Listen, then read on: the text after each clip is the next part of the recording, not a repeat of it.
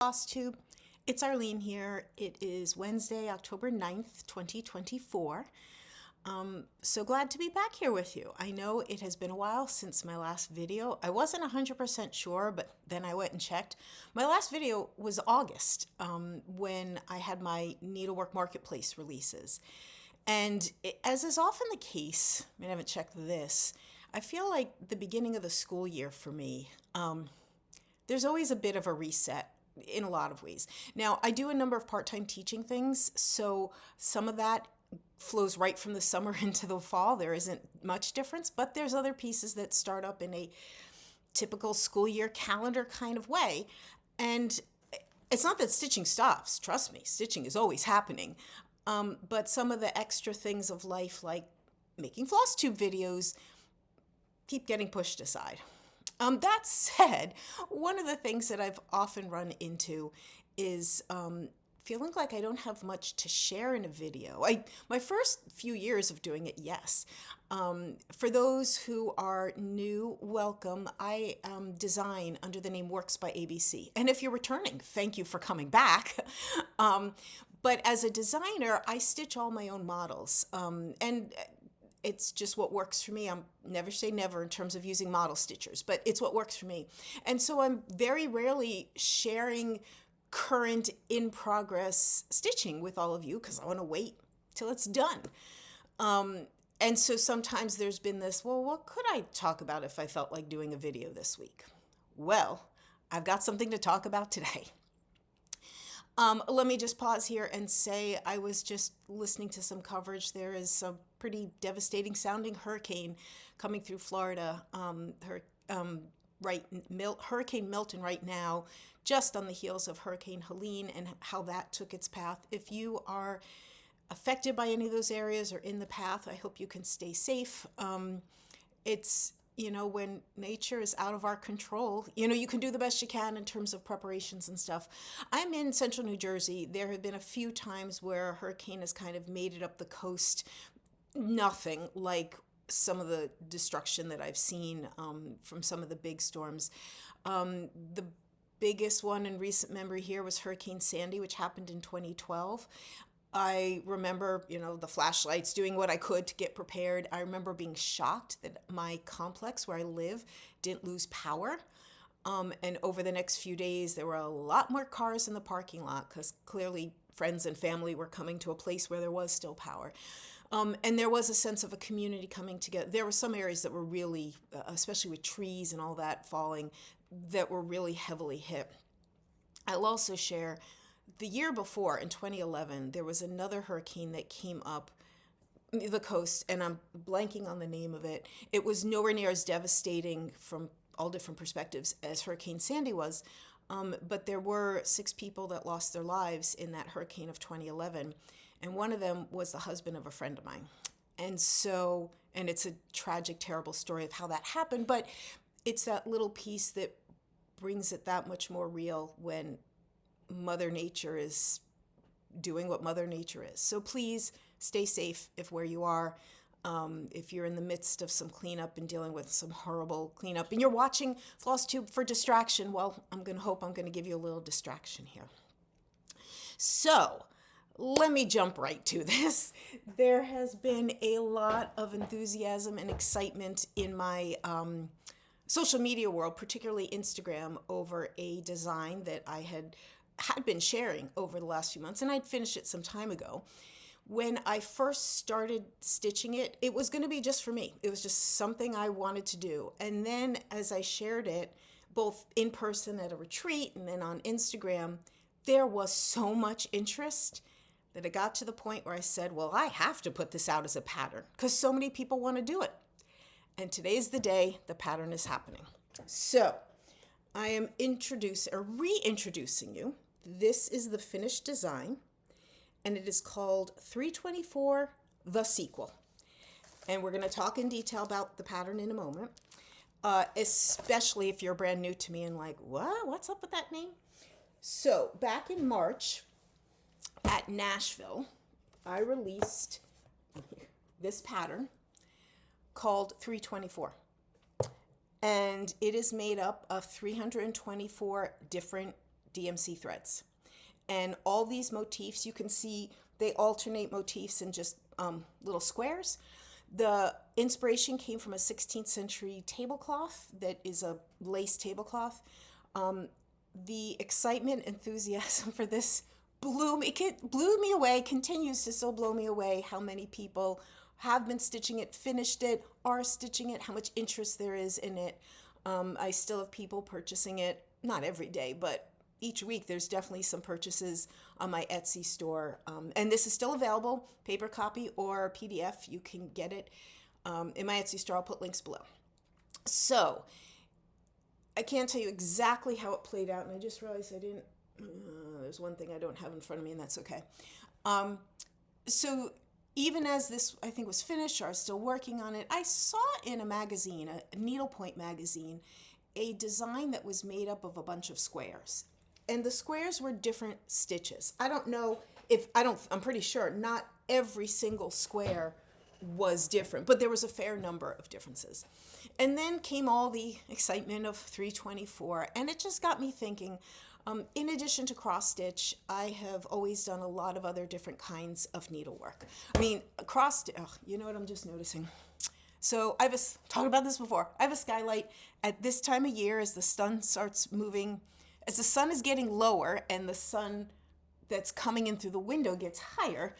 This is the time of year that I have to take the stitching that sits on that shelf down, and soon enough that, I can't point correctly, that stitching which is on the wall, I either take it down or just throw a sheet or something over it, because I'm always being aware about the sun. So I'll have to remember when I'm done filming to take care of that.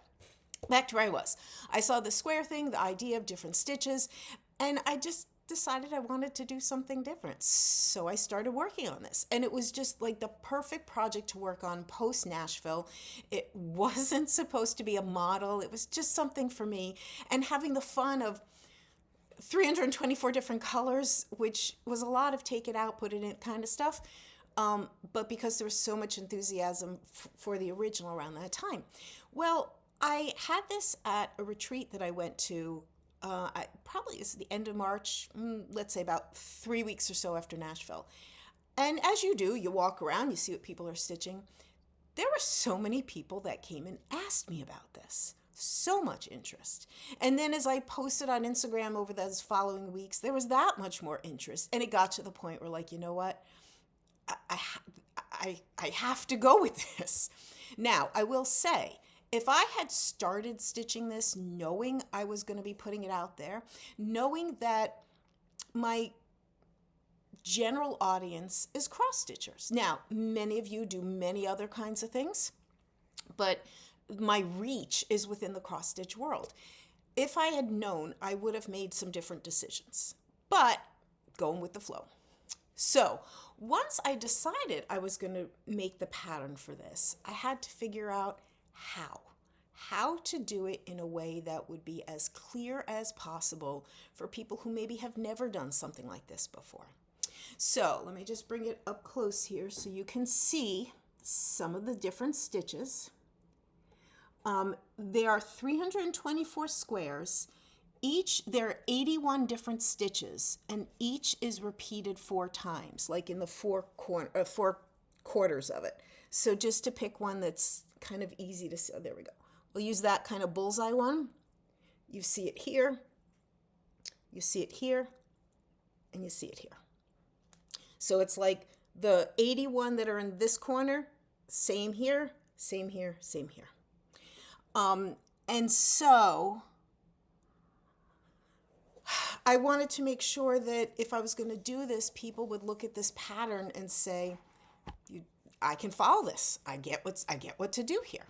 So that's why it's taken me so long. And just, there was a lot of trial and error, like how to explain something to someone who maybe hasn't seen it before. So like I start out with, I'm a teacher, and I'm so aware sometimes there are things, and this is just not limited to stitching and cross-stitch world and so on, where there's sometimes an assumption we all know what we're talking about. And I'm always one to say, well, maybe I don't. So I try to explain, I try to ask the question. And here's my clear-cut example, and I've said this many times. When I first found Flosstube and started watching it, there was a Facebook group at the time called Stitch Mania. And so many Flosstubers were talking about Stitch Mania, Stitch Mania. I'm like, oh, I want to join that Facebook group. And I couldn't find it.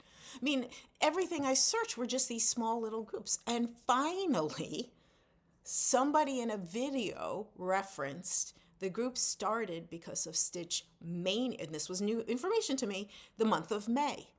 And so when you spell mania, Maynia, pops right up. So that's my lesson of saying, hey, don't assume, and I try not to. I try to explain things in detail. And that goes to creating a pattern that is very different than my cross-stitch patterns. I knew I needed to do a few things. I knew I needed to obviously chart out all those different stitches. Some of them are not easy to chart or easy to follow when I might make a chart. I'll give you some examples in a minute. And so I had to figure out how can I do those a little bit better. Every piece of this, and most especially, no, I shouldn't say most, one of the things is about your fabric choice right from the very beginning. So this pattern has turned into a 24-page pattern. I have to like shove a little bit to make it fit. It fits. And in a lot of ways, this is like a counted canvas work pattern. If you're familiar with Threadles, and which is one that I've shared I've done some of her patterns, and they're literally, they could be 30 pages. It's all the diagrams, it's all the details. This has a lot of information in it. And if I just do a little flippy thing here, there's tables, there's instructions. So let me explain a few things that are important. My recommendation is stitching it on a 25 count Lugana. What I give the instructions here is, if you're going to say to me, can I stitch it on something else? The answer is, of course, you could stitch anything on anything else. You might have to think some pros and cons, because some of these stitches don't just go over 2 threads. Some go over 1, some go over 3. So even to write a traditional stitch count on the back of the pattern when people look at it doesn't work. So what I have said is that it is 270, you need to take 272 and divide by the actual thread count. So 272 divided by 25 gives you about 11 inches. That's what this is. Could you stitch smaller? 32 count? Sure, just be smaller. Can you stitch on Aida? Well, again, the teacher in me wants to have examples. So here is one square that I've stitched. This is on a 25 count Lugana. Here is that same square stitched on a 32 count. Yes. Now, again, another piece of the instructions that had to go in. When did I use 1 strand? When did I use 2 strand? When did I have a square where I used 1 strand and 2 strands? So just to show you, if you use 32 count, these are both stitched with 1 strand, it starts to get a little smushed. May work for you. You may be good. But because, let me go back to this one. I don't know how well can I get it to focus enough. The little center diamond within those diamonds is basically over 1. The next one is over 2, and the outside one is over 3. Those are literally fabric threads. So if you are an Aida stitcher, you need to be able to go over 1, over 2, and over 3. So this is the design on a 14 count Aida, and I did use 2 strands here just because it looked really skimpy without.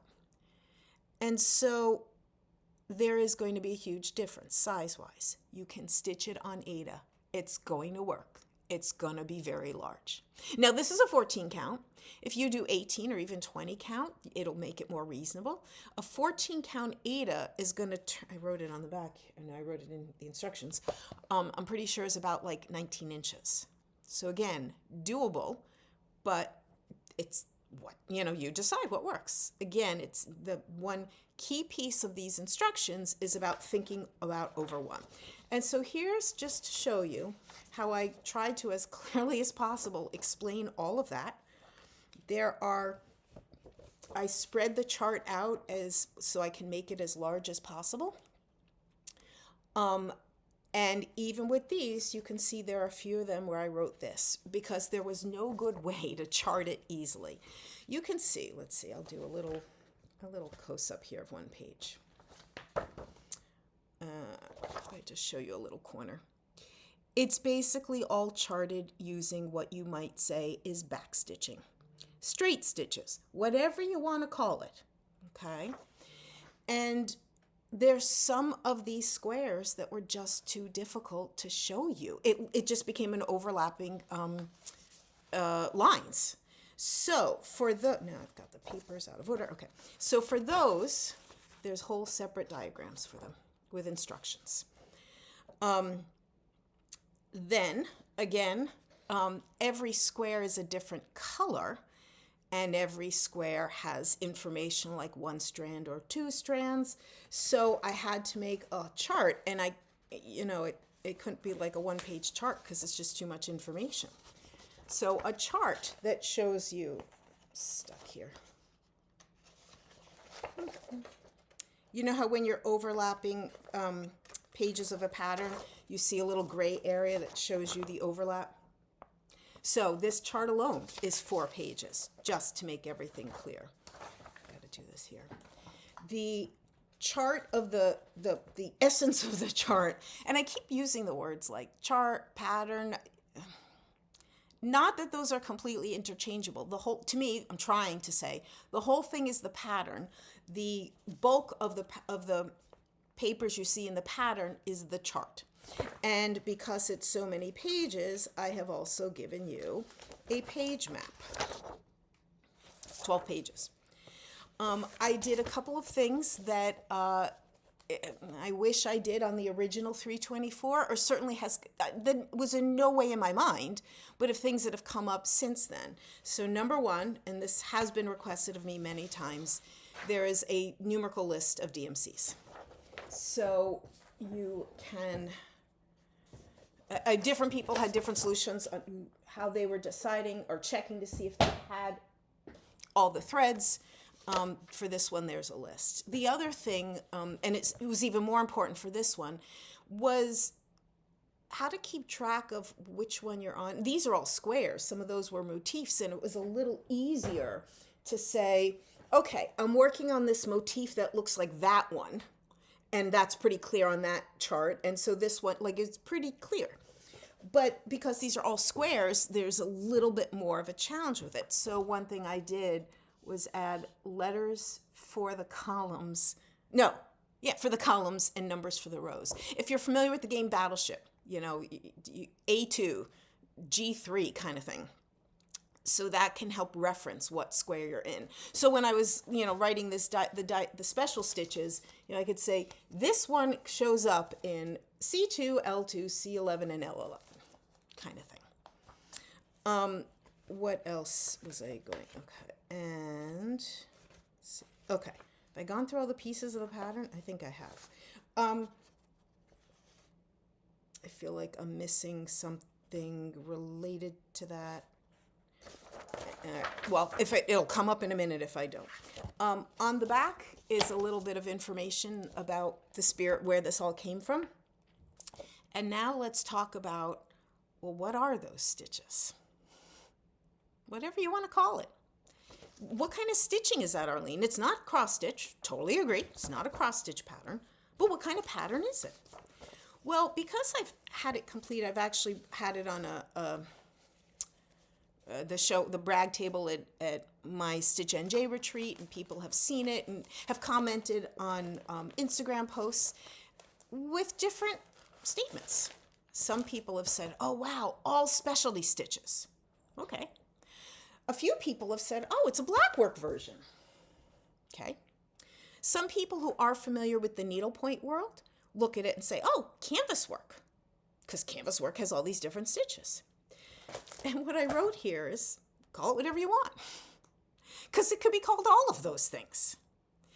You're not, and this is a little bit of a soapbox, you're not limited to calling a certain type of needlework a certain type of needlework. Sure, we all know cross stitch, but let's be honest, a cross stitch is made up of two diagonal lines. Well, when you're doing black work, you use a lot of that. Maybe they don't usually overlap, but it's not impossible. So, and just to share with you sort of how this got the evolution of it, and for some, especially cross stitchers who are just, I have never seen anything like that before. I own a number of stitch books. And what I mean by that are books that are more often in a needle pointer's library than a cross stitcher's library, but not impossible. This is like a famous one, the needlepoint book, Joe Christensen. And so when I had started the squares based on a magazine thing, but I got so into it, it's like, I'm not waiting for more squares to come out in the magazine. I got plenty of books over there. Which shelf? One of those shelves. I got plenty of books. And so just to show you, I would go into these books and I would find stitches that worked. And I had to keep track because I really was working hard to make sure I didn't repeat any. And the other thing, and I think you see this in quilt patterns also, you could find the same stitch in different books under slightly different names. So it's not like I put names, because then some of those squares, I just kind of made up a new motif. The squares are 12 threads by 12 threads, 12 being a good number because I could divide it into 2s, 3s, 4s, or 6s. So that's where that I was looking for designs that would work within that context, which also means when you're doing an even number by an even number, you don't have a thing right in the center. Do you follow what I'm saying there? Anyway, I also, so here's like a background stitch reference book. I mean, this is referring to like canvas, like needlepoint canvases, and basically small size stitches that will work for backgrounds. I was definitely looking for small size things. But as has mentioned to me, I was absolutely looking in this blackwork pattern book. So just to share with you just some of the sources that I was just kept searching for new squares, or new patterns to use. And just again, keep showing this to you. Hit the light there. I'm looking for, I can't find what I'm looking for easily. Something like that would be like the whole square is just one motif. And something like this, I need it in another color. Like this is just literally is it the mosaic stitch? I forget stitch names. It is a stitch it is one of the ones you could find in a book, this little step stairs kind of thing. So, so there you go.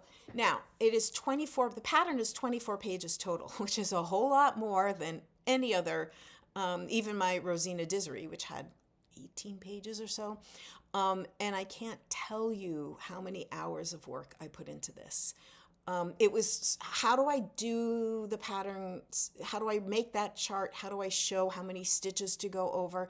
How do I diagram? How do I create those extra diagrams? All of it. A lot of effort went into this. And my hope, cross fingers, is that once people get their hands on this pattern, I get feedback that's, yes, Arlene, I can follow this. I can follow these are good instructions. That's going to be my hope. So as of when this video gets posted, it is now available in my Etsy store. You can get a paper copy pattern, which will be mailed to you, or a PDF, important PDF information. Because as I showed you, it's here, I don't know why I pointed there. The chart aspect of it was done all with back stitches. Like that was the only way to chart this. It's all straight stitches. It is all straight things. Because of that, I have been told it will not work in Pattern Keeper. I've been told I am not a Pattern Keeper user. I don't own it. I did have a friend kind of check it out for me in terms of another thing. So the PDF version you can open in whatever PDF reader you have. You could just be purchasing a PDF to then print it out, whatever. But as I've written very clearly in the Etsy listing, is that please don't purchase it. Try to get it into Pattern Keeper and then contact me because you're mad that it doesn't go, because it won't. There are some people that use the markup, X markup, something like that, which is more, I believe, an Apple thing. I don't use it. I don't know. I feel like somebody said, or did a friend show me that you can open with backstitching in that program? Don't quote me on that. I can just say the whole chart is based off of backstitching, and to my knowledge, it won't open in Pattern Keeper. Just putting that out there so it's clear. But again, if you use a tablet, there's plenty, you probably already have one. So any reader, any PDF reader, you could work off of. So this has been a long time coming. I think I finished the stitching in May, because I could go back on videos or Instagram posts. And a lot of other things going on in life, but it was always in the back of my mind to get this out. And I didn't really have a definite time period, but then it evolved. Basically, in August, I tried some things. I didn't like what I was doing. It was like, you know what? I'm going to aim for the fall. I'm just going to aim for the fall. And here it is. I did it. I made it happen. So I so appreciate all the enthusiasm and excitement about this pattern that so many people have shown on Instagram and the places I've posted and the people I've seen in person. And so I'm excited that if you are interested, it can now be in your hands. And you may have noticed, I did actually get it framed using the same frame as the original 324. They are not the exact same size. They're close. I can't see what I'm doing here. Okay, but the original 324 is a little smaller, but you can see, not by much. At least I think you can see. And they're companion pieces. I mean, I say that, like, sometimes there's companion pieces that one thing feels empty or missing if you don't do the second thing, and this is not it. This is, hey, if you like the idea of having all that thread in, out, use it for kind of thing, then why not do it a second time? Because that's what I think a lot of people have seemed intrigued in doing. So I actually talked about this pattern longer than I thought I would, knowing that this video was basically about introducing the availability of this pattern to the world. Just a couple quick things if you want to hang around here another few minutes. And if you don't, please hit the like button before you go. If you write a comment to me, awesome. It's, the way YouTube works. The more people who interact with your video, the more it can be seen. And I try to do the same thing when I'm watching somebody's video. At a minimum, just hitting that like button just always helps. And we're a community of stitchers, and we want to help each other out. At the same time I was getting this framed, I had brought to the framer a piece that I'd finished like a year ago, and it's something I'd wanted to hang up, and it wasn't my own design. So let me just share with you, in the spirit of types of needlework that are not cross stitch. So this was actually, is a painted needlework point canvas. This is, there's a whole backstory. Basically, I acquired this easily like 10 years ago. And I just thought, I loved the saying, be kind whenever possible. It is always possible. And the Buddha and all of it. And it just sat, and at some point last year when I was looking for something, not cross stitch, just to have a little cross stitch stitching break, this became the right thing. And so you can see it's made, well, sort of you can see, it's made up some different stitches, and beads are here. There's some metallic thread in it. And again, I love the saying. It sat over there, finished, and I decided, you know what, let me get it framed. And now that I've shown it to you guys, it's going to get hanging on my wall downstairs.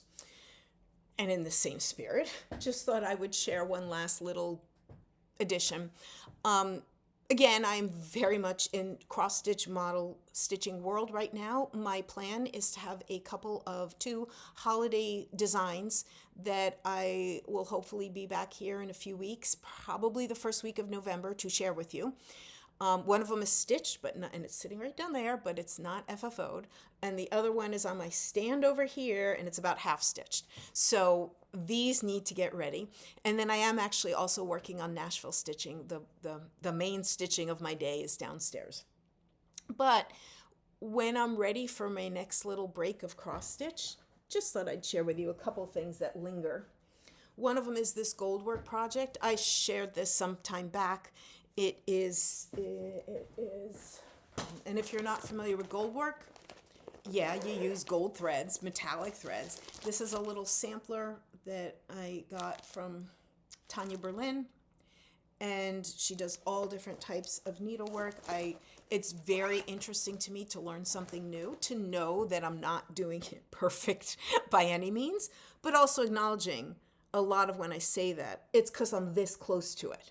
Like, I was so unhappy with the way that leaf turned out that that's what made me pause. Because what you see here is yellow felt, and often in gold work, you put down a layer of yellow felt and then you stitch threads over it so it gives like a dimension to it. And I was so unhappy with the way this looked. I'm like, you know what, time for a break. And so I'll need to come back and finish those. But now I look at it from a distance, I'm like, oh, it's fine. And isn't that true with so much of our stitching, cross stitch or otherwise? So I would love to get all 4 motifs done on this gold work. And then I also, pretty sure this was probably on Facebook, not Instagram, but you know the way ads show up. A company called The French Needle. I have done sort of maybe a couple things that would count as embroidery in my life. It's not one of my main needlework areas, but there was something about this, and this picture, as is always the case, the picture that was posted that I saw looked, maybe it wasn't even an ad, maybe it was someone who was actually stitching it, so much better in person, or the picture that was posted. But it's all different embroidery stitches going on. It uses regular DMC. And so I did purchase the pattern, and the pattern came with, and this was the key part to me, pre-printed fabric. So embroidery fabric is not like counted. It doesn't have holes, but you use this, and like you saw in the gold work, and you just have to be careful with your stitching that you're covering up those lines. So I would love to get, this is not started at all, but it was sitting in the same place as the gold work, as the 2 things that when I'm looking for a break from cross stitching, which really won't happen until like all my Nashville stitching is done. Those are 2 that I'm going to keep on the back burner to turn back to. So that's all. I was going to say there's not that much to talk about, but there was. This is big. Again, it's called 324, the sequel. It uses the same 324 threads. If you think about a DMC thread card that has all those columns, starting in this, Starting in this area and going down this way is columns 1 through 17. I didn't include those last few. It's where they get into the browns and the grays, and I wanted to keep it bright and colorful. So I hope you enjoyed hearing a little bit more about the background of the pattern and how I had to put it all together. If you are interested in purchasing, links are down below. And thank you all so much for the interest that you've had in this. As a designer, it always means a lot when I get that feedback, and I so appreciate it. And I especially appreciate the people that are here till the end of the video. Thank you so much. Again, hit the like button before you go, just in terms of getting videos out there and sharing within our needlework community. Till next time, bye.